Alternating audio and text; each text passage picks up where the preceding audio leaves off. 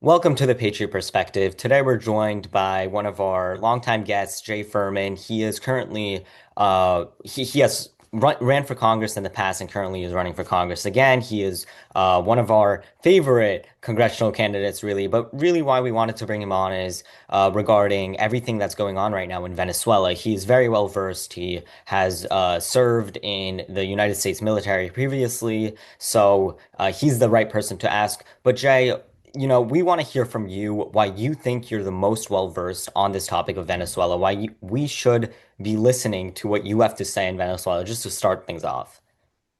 Sure. So Venezuela is interesting because it's not just Venezuela, Gregory.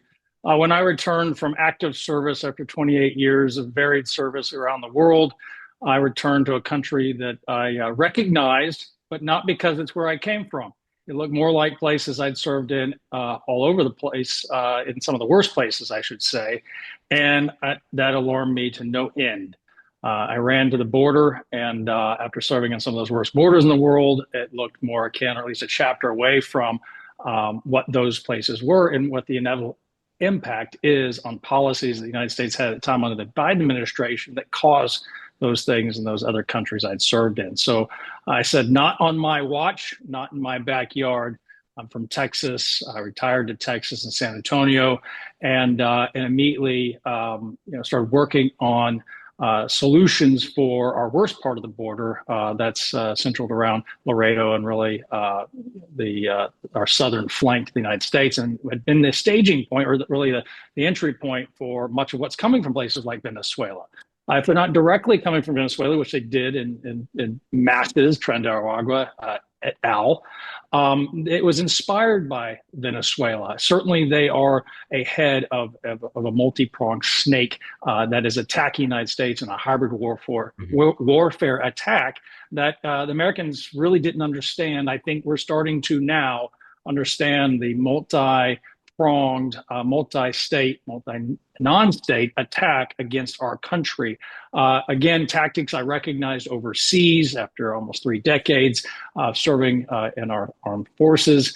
Again, it rhymed at home and not on my watch.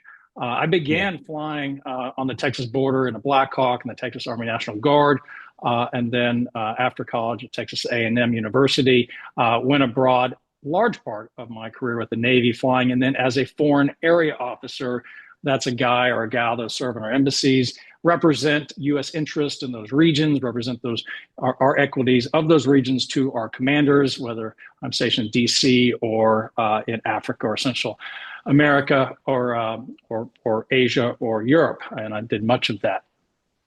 So when I returned, I was looking for solutions. I said, Congress looked to be like the longest leverage arm I could grab. It looked like the place where the ship was sinking, or the source of the holes in the hull of our national ship, if you will, and certainly predecessors or people in those places in Texas were leveraging their situational power to undermine us in ways that they probably didn't even understand the extent of it. And the extent is massive, and Venezuela is a massive part of that. So when you see our fleet, a large portion of our fleet, our armada almost pointed south from the Caribbean to Venezuela, Americans are obviously wondering why. They get that Venezuela is a failed state. They understand that it's bad there, and many good Venezuelans, really a bright spot in South America for so long, has become a blight, and many have fled here.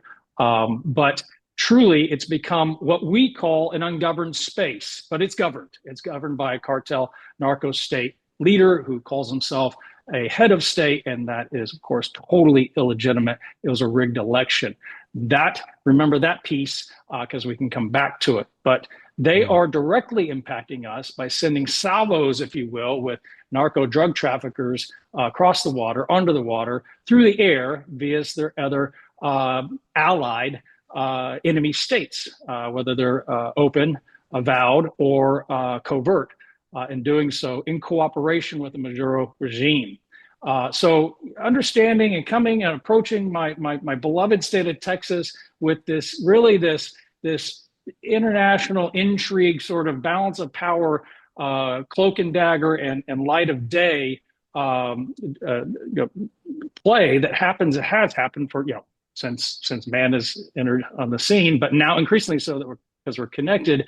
I really brought a perspective back home to help folks connect these dots and really to be able to attack the real sources of the problem.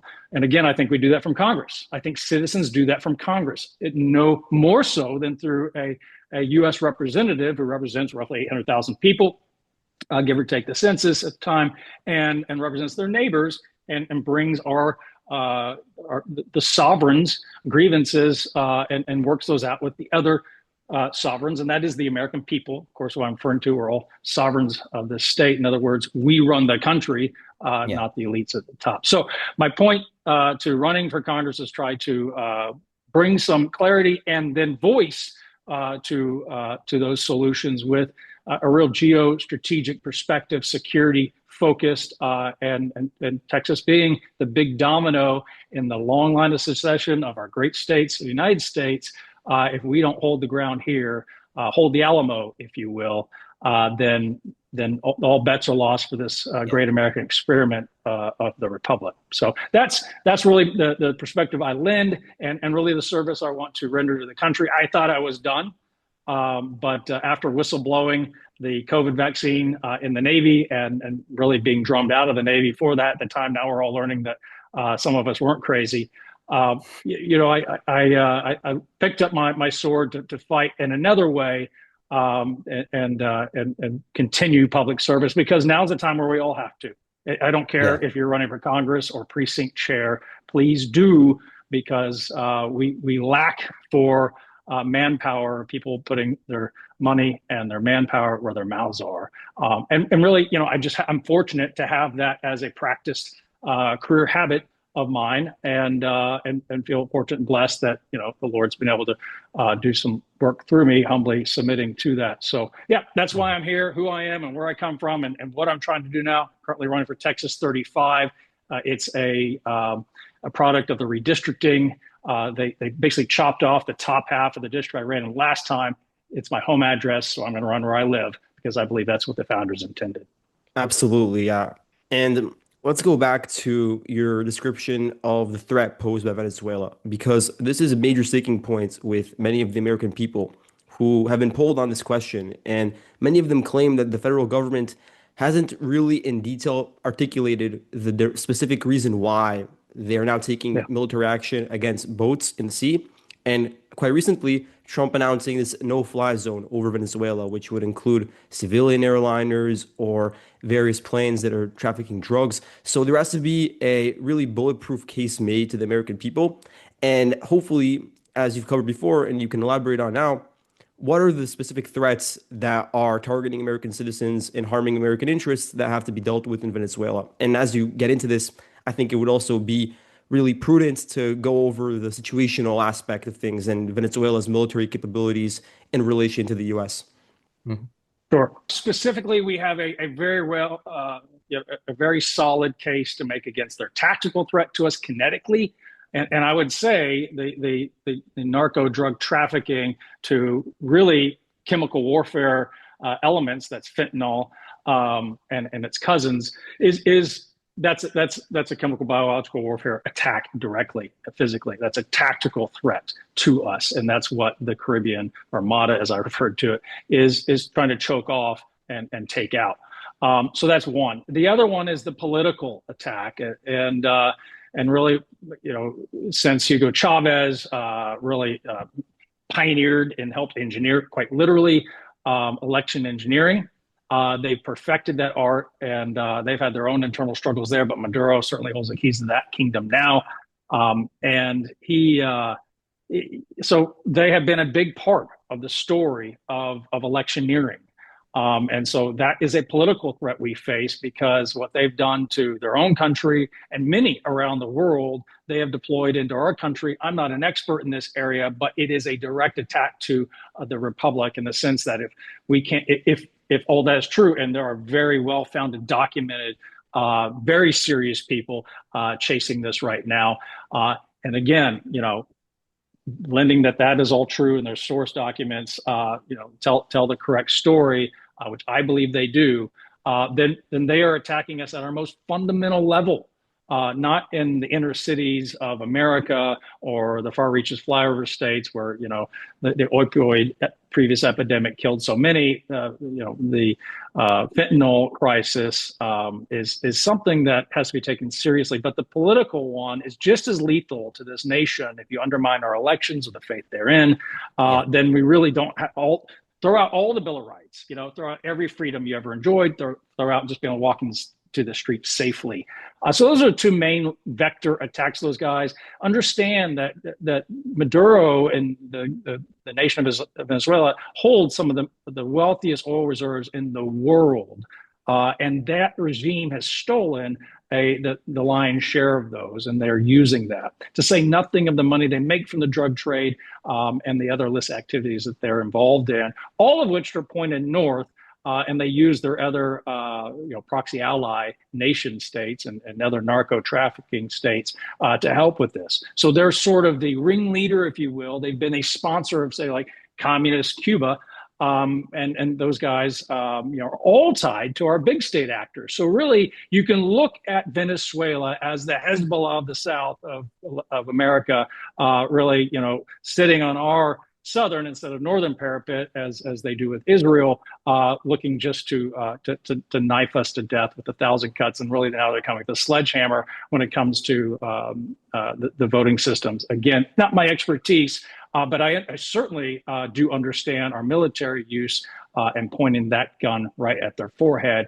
And, we don't want to make war in this country, but they have declared war on us. Americans need to understand this is warfare in the 21st century. It doesn't look like Pearl Harbor bombings anymore. It looks like flooding the zone with mass migration, weaponized mass migration. It looks like flooding the zone with lethal narcotics, which, a pin top will kill a person. And, if you figure out a way to aerosolize it or however you want to mass distribute, could kill entire populations. And it does look like also undermining the faith and legitimacy of governments. By the way, we're really good at, and we've done overseas ourselves in some maybe not so great past American history. But, our effort was absolutely to help, foment a regime that supports, human rights and democracy and that sort of thing. But now those tactics are being played back on us. And we really understand them. And to those that are inside the government, ours, that don't believe in the current regimes or the current administration's way of doing business, that's the we the people version, which I wildly support, or have found themselves in partnership or in league or benefiting by our enemies, aiding them so that they can have their own proxies in our own organs of government and power. Really, really dangerous. I found this to be effect on the ground to really bring this home on a personal level in my last election. I lost in the 11th hour, literally. But that began on day one of early voting when the ES&S electronic voter ballot display did not display my name in every case. And it very surgically and very specifically targeted a certain number and enough of them to not have the option to vote for me. And these are people that may not have screamed loudly or may have been the fence sitters or would have crossed over. And so it's very personal. So not only did we identify a problem back in 2020 when they pulled the election rug out from under President Trump, then we all understood the principle that they were cheating. But this is on a very personal level now, trying to run at the problem. They were throwing fuel on the fire here in South Texas, in a historically corrupt area, but it's not local. This thing is, a lot of convenient bedfellows, our enemies, have banded together, and so, we face a state attack in China et al., Iran. And by the way, to put a finer point on your very specific question, Venezuela's a threat because they're hosting all of Iran's proxies, by the way. And so, you can coordinate and deploy attacks in the United States via these very clever hybrid warfare attacks or directly. So everybody that came in, the weaponized mass migration, many wolves in sheep's clothing came in with those crowds. And so, if you were in the United States, you wanted influence here or a way to be able to undermine us later on, you're patient, you have strategic patience, then you would have, as Iran has done and others, folded in their sleeper cells to come into those flows. We just learned, obviously, from the National Guard, the West Virginia National Guardsmen and women that were shot, and we had one tragically lose her life defending our nation. So this, that was an Afghan refugee. And somebody that was given refugee status without vetting, and that was 90,000 that came over on airplanes. That pales in comparison to the tens of millions that came across our borders. Venezuela has been a big part of that. When you empty out your prisons and send the cartels forward and the criminals to get out of your country to go to ours, that's hybrid warfare, and we need to understand as Americans, Venezuela is a huge part of that. So it's as if they were Japan back in the last century, sending their fighters to bomb our Pearl Harbor. We're exactly there now, and it's the same thing, Americans. Yeah, and Jay, why don't you describe to me more of what you believe the connection with Iran and Venezuela is? How deep does that alliance go, and how does that alliance directly impede on the American people? Yeah, so the ITN, the Iranian Terrorist Network, is massive. It's worldwide. They are extremely, they're colonizers, and so they really have a network that's historic, but it spans on every continent, and they go to places where they find, like I said earlier, ungoverned spaces where they can really kind of build up a headquarters and then deploy out from. Venezuela's been a big host of that, and so it's Hezbollah, the Houthis, Hamas. They've all found a home there because they have a common enemy, us. And so, Iran, is attacking in ways it can. As a nation state, it can't send B-2s like we do. This is what they do. Yeah, so the ITN, the Iranian Terrorist Network, is massive. It's worldwide. They are extremely, they're colonizers, and so they really have a network that's historic, but it spans on every continent, and they go to places where they find, like I said earlier, ungoverned spaces where they can really kind of build up a headquarters and then deploy out from. Venezuela's been a big host of that, and so it's Hezbollah, the Houthis, Hamas. They've all found a home there because they have a common enemy, us. And so, Iran, is attacking in ways it can. As a nation state, it can't send B-2s like we do. This is what they do. Yeah, so the ITN, the Iranian Terrorist Network, is massive. It's worldwide. They are extremely, they're colonizers, and so they really have a network that's historic, but it spans on every continent, and they go to places where they find, like I said earlier, ungoverned spaces where they can really kind of build up a headquarters and then deploy out from. Venezuela's been a big host of that, and so it's Hezbollah, the Houthis, Hamas. They've all found a home there because they have a common enemy, us. And so, Iran, is attacking in ways it can. As a nation state, it can't send B-2s like we do. This is what they do. Yeah, so the ITN, the Iranian Terrorist Network, is massive. It's worldwide. They are extremely, they're colonizers, and so they really have a network that's historic, but it spans on every continent, and they go to places where they find, like I said earlier, ungoverned spaces where they can really kind of build up a headquarters and then deploy out from. Venezuela's been a big host of that, and so it's Hezbollah, the Houthis, Hamas. They've all found a home there because they have a common enemy, us. And so, Iran, is attacking in ways it can. As a nation state, it can't send B-2s like we do. This is what they do. Yeah, so the ITN, the Iranian Terrorist Network, is massive. It's worldwide. They are extremely, they're colonizers, and so they really have a network that's historic, but it spans on every continent, and they go to places where they find, like I said earlier, ungoverned spaces where they can really kind of build up a headquarters and then deploy out from. Venezuela's been a big host of that. And so it's Hezbollah, the Houthis, Hamas, they've all found a home there because they have a common enemy, us. And so, Iran, is attacking in ways it can. As a nation state, it can't send B-2s like we do. This is what they do. Yeah, so the ITN, the Iranian Terrorist Network, is massive. It's worldwide. They are extremely, they're colonizers, and so they really have a network that's historic, but it spans on every continent, and they go to places where they find, like I said earlier, ungoverned spaces where they can really kind of build up a headquarters and then deploy out from. Venezuela's been a big host of that, and so it's Hezbollah, the Houthis, Hamas. They've all found a home there because they have a common enemy, us. And so, Iran, is attacking in ways it can. As a nation state, it can't send B-2s like we do. This is what they do. Yeah, so the ITN, the Iranian Terrorist Network, is massive. It's worldwide.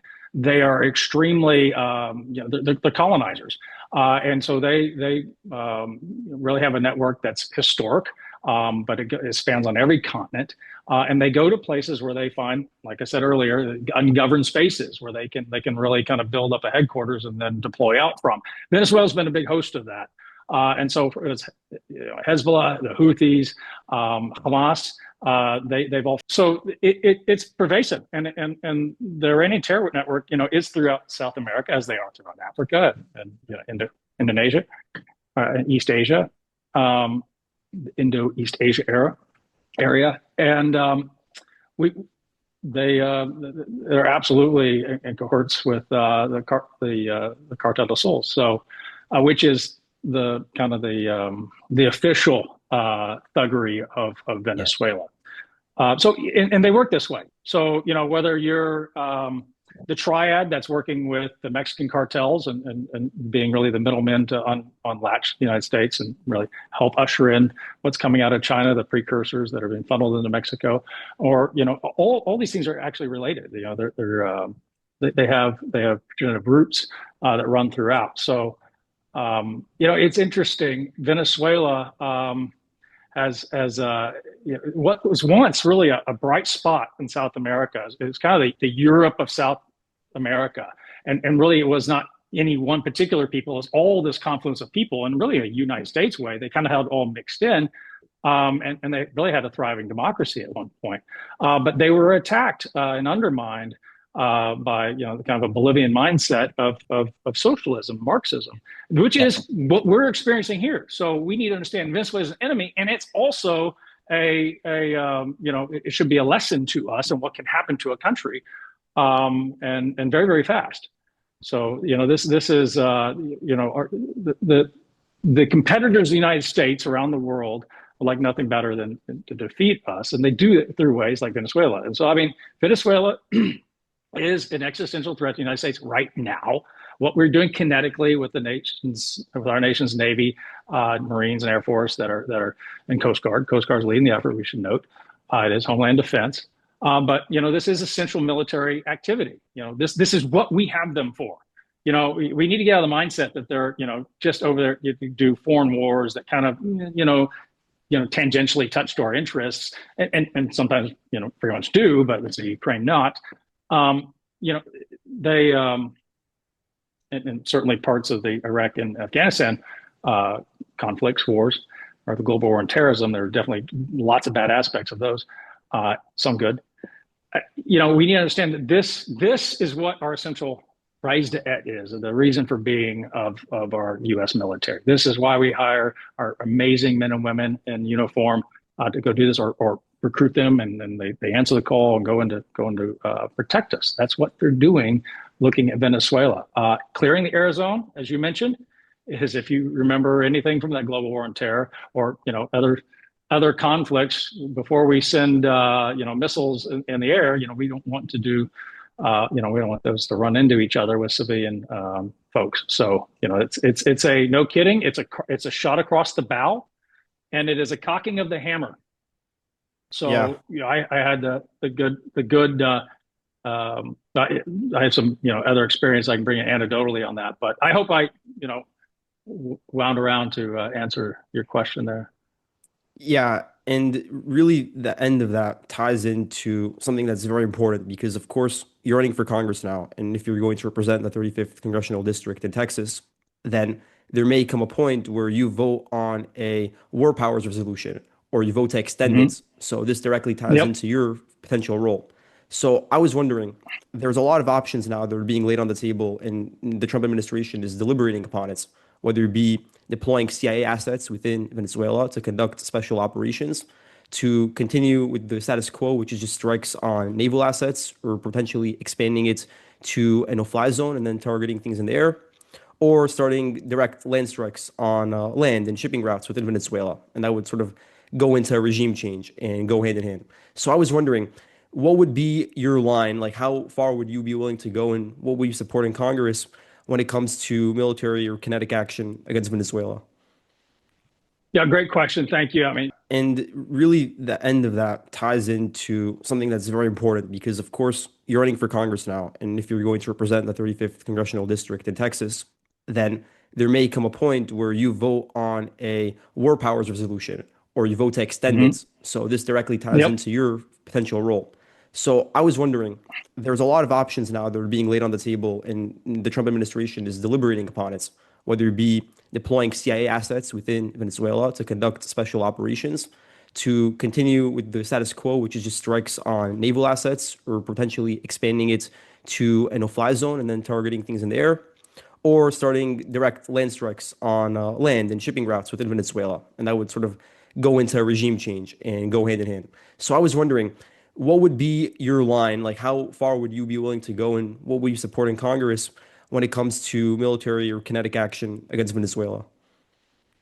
Yeah, great question. Thank you. I mean, And really, the end of that ties into something that's very important because, of course, you're running for Congress now. And if you're going to represent the 35th congressional district in Texas, then there may come a point where you vote on a war powers resolution or you vote to extend hmm it. So this directly ties yep. into your potential role.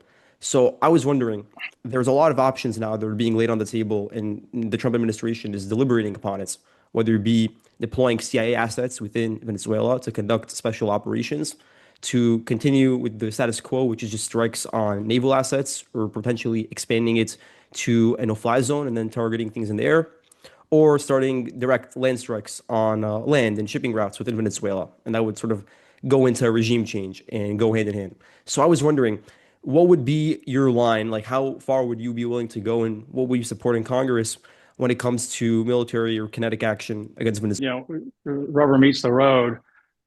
We have to make those hard choices. So, just as a preamble to form my answer, every time you make war with somebody, if you're doing it correctly, you are conditioning the battlefield. The clearing the airspace, conditioning the battlefield, staging the armada, as I affectionately call it, because the Navy is the tip of the spear. That's how we deploy strategic power. I'm a retired naval officer, so partial, but and we have a lot of other assets there. So you do that. You show them. That's the force we're showing, right? Covert effects and putting people into to identify targets and to understand the weak points and really the essential carter pins we can pull out with limiting casualties on all ends is very important too. So those are all parts of our new world of warfare, and we've been doing our new version of warfare now. We've been doing this stuff for a long time. We just are very good at it now. So if you're going to do it, go ahead and do it. I'll caveat that we need to be prepared for the after. Unlike the fall of Baghdad, we weren't ready. We put the military in a place of like trying to state build. It was very awkward, and very smart men and women in the military, very capable, and they really did a lot of that. But we inherited we're trying to build a civilization that we one didn't understand, and then two didn't understand us, and they're trying to merge two forms of government. They're working on it. Iraq's cradle of civilization. They figured out, and they had the civil state left over from the Brits. So they have some muscle memory, although a lot of that was purged. And the Ba'ath army was kicked out. So some parts unfortunate, but I would say here we just need to keep an eye to, like, much of the discussion pre or post rather Iran bombing, the recent one. is what do you do if the regime crumbles and falls? Then you just have a failed state. Who fills in that power vacuum? You have to be ready for that, and you have to have a plan to execute. And it has to be massive, Marshall Plan like. If you're going to do this, don't half do it. Now, to say that I'm not a warmonger, I don't want to send troops on harm's way. I don't want to do this, but we can't stick our head in the sand and say, oh, I don't hope it gets better, because all guns are pointed at us. We might feel good that we have the biggest military in the world, most capable, but in a defensive position, that capability can be reduced quickly. And so, peace through strength is the watchword of this administration.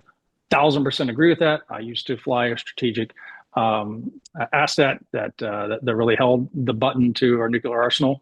Literally, flew around with it and to hide that button so they can never mark out that capability. Here too, we have to come in strategically minded, and we have to think the second, third, fourth order effects, which we do. In the Pentagon, in the five-sided building, we have plans upon plans upon plans, and we just need to pick which ones to execute. Yeah. I feel like it begins at the top. The commander-in-chiefs we have had in the past, their execution of authority and their command or their implied and explicit orders to commanders weren't always clear.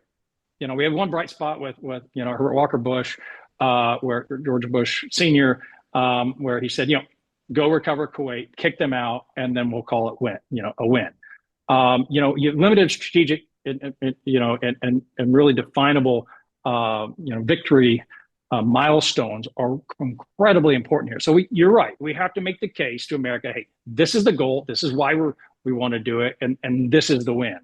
We also wanted to follow up with this question. So, breaking news is actually that Russia has announced it will be officially evacuating its citizens from Venezuela. On top of that, Venezuela has recently put out a statement regarding OPEC and other oil groups saying that oil prices could fluctuate. Now, specifically with the second, breaking news there regarding the oil prices fluctuating or the potential of oil prices fluctuating, a lot of that talk has also been put in regards to the strikes on Iran a few months ago, when Iran was bombarded by missiles from the United States. A lot of talk about different oil prices and the fluctuation of oil prices, whether it's going to go up or down, was on the table. It turns out that oil prices remained relatively stable. What is the impact on oil prices that the strikes or potential land strikes on Venezuela and a potential toppling of the Maduro regime could have on the world? Not only the US, but in general on, other nations as a whole. Right. Well, I mean, OPEC's a big time friend of the United States, or should be, but really their history began with that, and they were a big part of the petrodollar, really important to U.S. sovereignty, and that is really undergirding the U.S. dollar and keeping our velocity of money alive, because the Saudis specifically said, since we're the biggest boys in OPEC, we mandate all you guys denominate the US dollar. That has gone away. The Biden administration pissed that away. We're obviously trying to bear hug that back, and we should. The Gulf and the Arabian Peninsula are incredibly important to the U.S. national interest at home domestically, as it relates to buying eggs, bacon and milk. It's incredibly important that we have those relationships. The Iranian, to use your example, your reference to the Iranian bombings, our bombings of Iran, which was a masterstroke of the administration and really executed flawlessly by the Air Force and many others. We had Tomahawks and Navy assets going there too. And our partner Israel absolutely was a massive part of that success. So, but that success, I mean, to learn from that, and again, I'm glad you're talking about second, third, fourth order effects. The oil. Iran is a major destabilizer of oil prices. So they harass our Fifth Fleet and those Gulf states and Saudi oil interests. They taken out of the picture or made to come to heel really is a stabilizing effect in the world oil markets. And they're bunkering less oil to China and Russia, our enemies, and they are not harassing us. As much. And so here too, so Venezuela's offshore oil bed is being developed in cooperation with Russia. right? So, it's not great that Russia gets cheap gas to go back home or gets to help, profit from it various ways. So, that is a stabilizing element to our U.S. national interest, and I would suggest oil markets worldwide. When you don't have every time you have these rogue states using their natural resources against us, that's a bad thing. It's like China using the rare earths, as a cudgel over our head, and Yeah. this administration again masterfully beat it back. Nigeria, has fought over its single resource curse, that's oil, and it's been destabilizing because places like Nigeria, there's Ukrainian, oil tankers hooking up and stealing it, and it is destabilizing when you have the crooks with some of the gold of the kingdom, and a lot of it, and so I'd say overall great for markets, for sure. And now the Russians evacuating, you see that in lots of places. That means they're taking us seriously, and Venezuela's taking us seriously on no kidding. Having kinetic effects, euphemism for sending bombs downrange in various ways that will protect the public of Venezuela. So that's good. We want to be a credible threat. We don't want the Obama and the Biden era red lines that are, smudged and smeared, from start to finish. We want no kidding. Hey, this is what we're going to do. We mean it. You better do it. I was sitting in Bahrain in the U.S. Navy Fifth Fleet. That's our Middle Eastern naval fleet in 2019 when President Trump said enough and had President Soleimani killed, with the covert attack, and they absolutely came to heel with us. So we were minutes away from sending bombs downrange in Iran at that time, more conventional bombs, but they came to heel because they believed our credible threat. And so incredibly important, people understand that Iran is going to, through places like Venezuela and others, is going to aggravate us unless we keep them in check. Another terrible regime that's held by, I would say, an illegitimate head of state, or certainly the mullahs who really run the place. Absolutely illegitimate, not matched up with the people. Don't match, the majority of the Persian population, who don't believe in the tyrannical eschatology that they operate under and deploy and kill, the West, or try to kill the West and Israel. Yeah.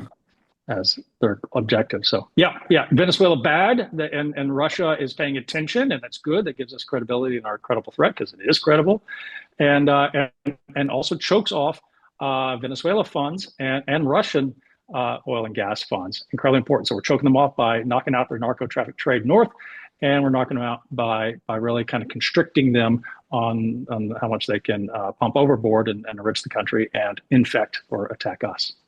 So the situation in Venezuela has been discussed now. We've covered, for instance, the oil aspect, the drug aspect is very important, but immigration is another sticking point when it comes to Venezuela because ever since around 2018, 2019, there's been this massive influx of Venezuelan refugees coming into the US.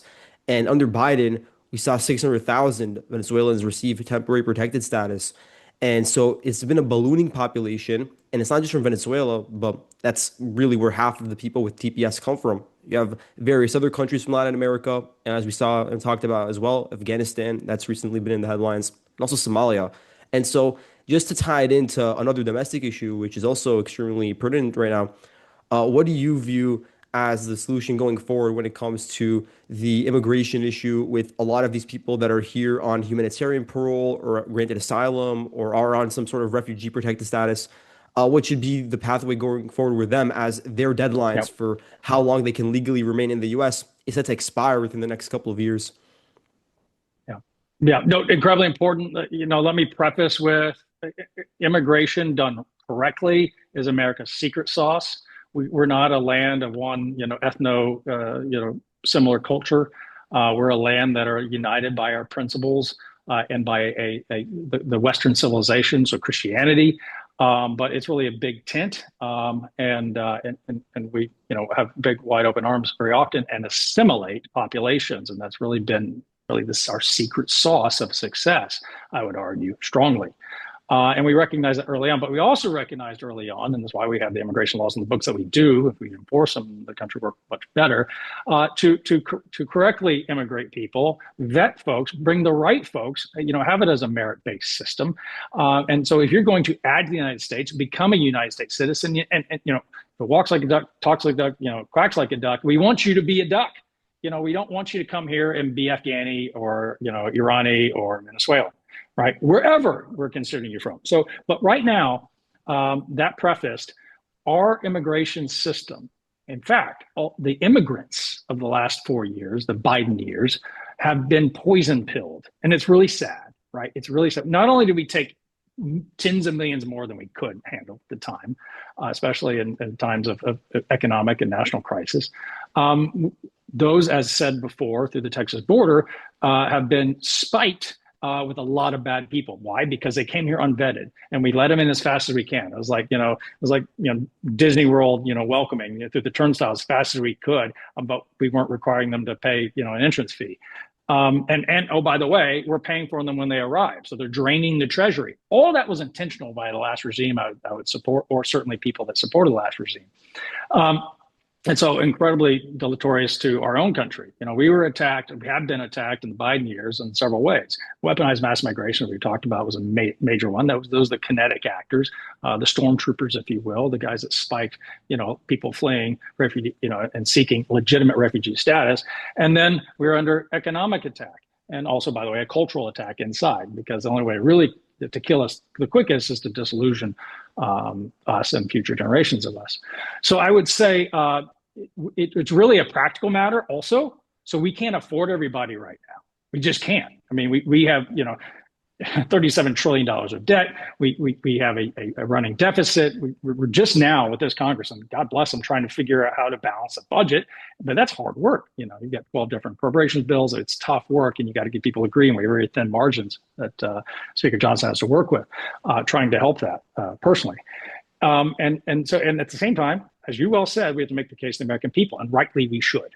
But in military operations, I can tell you, being downrange a lot, sometimes, reveal and conceal is a big operational war modus operandi for us. So anybody really. So you have to intentionally, show your cards, and then at different time, and that's a time sensitive thing when you do it for strategic impacts. In other words, to get good outcomes and your desired, for that war action, and then you conceal.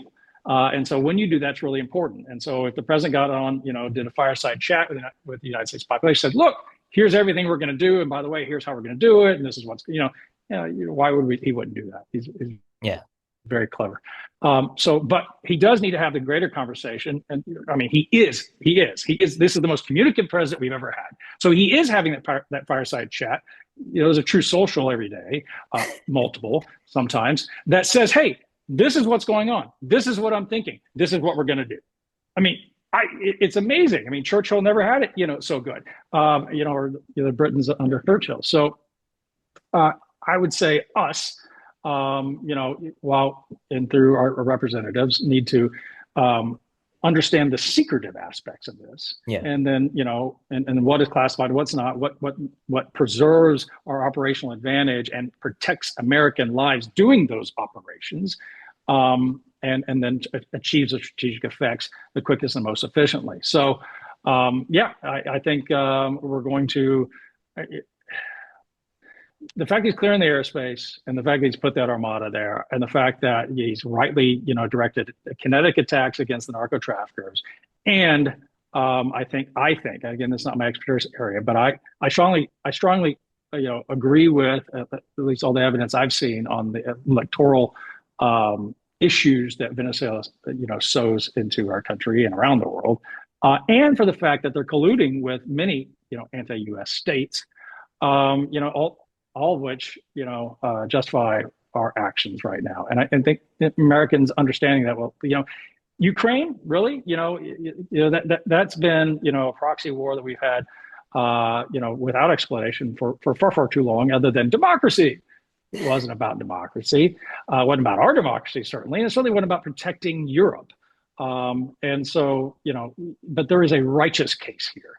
and it's in our hemisphere. Really, really important. This is our near approach. And because Venezuela reaches up into Cuba, because they reach up into Nicaragua, they reach up into, a lot of stuff that touches us. And then Mexico, God, I love Mexico. I grew up, going to Mexico all the time and, living in Texas and great friends. But I tell you what, they've been a funnel for all that is bad here, and we have to get them to cooperate. And Yeah. God bless them. They're rising up there too.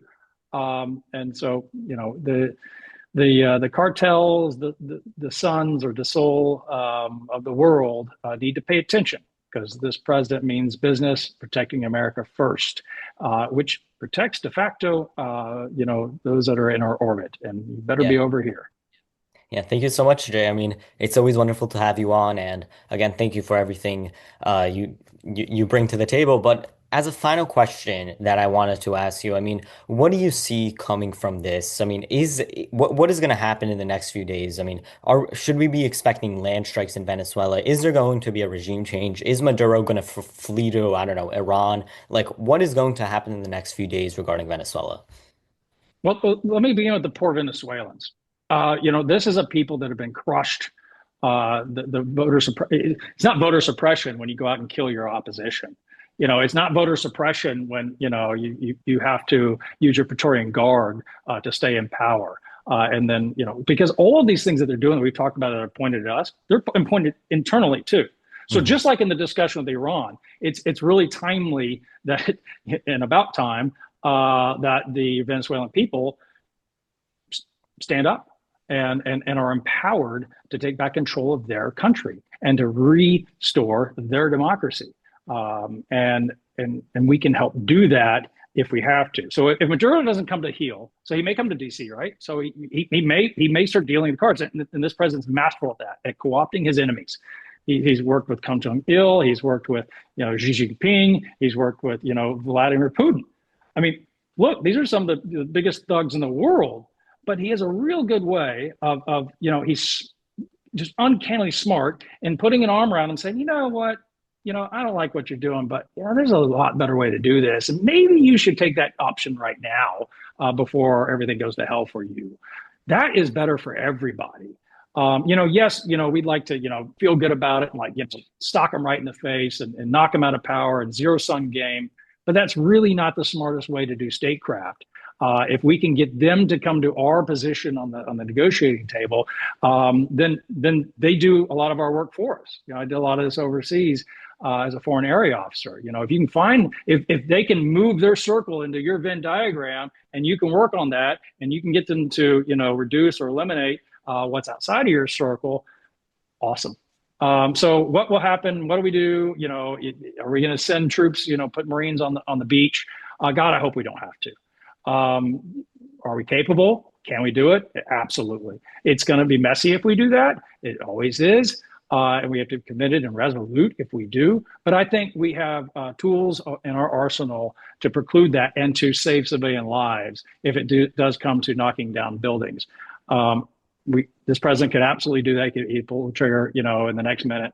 And he should have the capability to do that if he, and because if we limit our commander in chief, who we all voted popularly, electorally, he's the most popular president, I would argue in history, coming into office and remaining and holding on to that. If we don't give our president those keys to protect the U.S. interest when it's needed, not to go through all the iterations, and then you lose the strategic opportunity, lose the operational opportunity rather. Then what are we doing?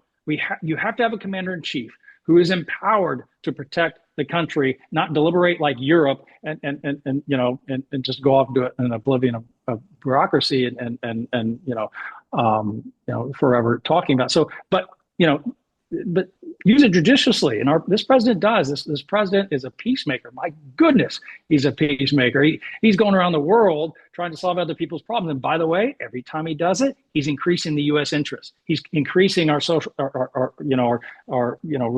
credits, around the world, that we can trade in for when we need it in those regions. He's co-opting and bringing in governments that wouldn't otherwise be on our side into our hemisphere. Yeah. I have zero doubt he's going to do exactly the same thing here. It's a bigger problem set. It's a more wealthy country and a way more wicked enemy. Cartel del Sol, Venezuela, they're the biggest transnational entity in the world that the world's ever seen. So if you could, Mexico's pretty big. These cartels are massive, billions. But if you could just single one, that's the worst, and the head of that snake, that'd be Maduro and Cartel del Yeah, Sol. So definitely. Venezuela is no kid in U.S. interest. I guarantee you this president will do it correctly, but he's willing to go all the way, and our enemies need to sit up and pay attention to that. Yeah. Well, thank you, Jay, so much for joining us again, and we're looking forward to having you next time. Thank you.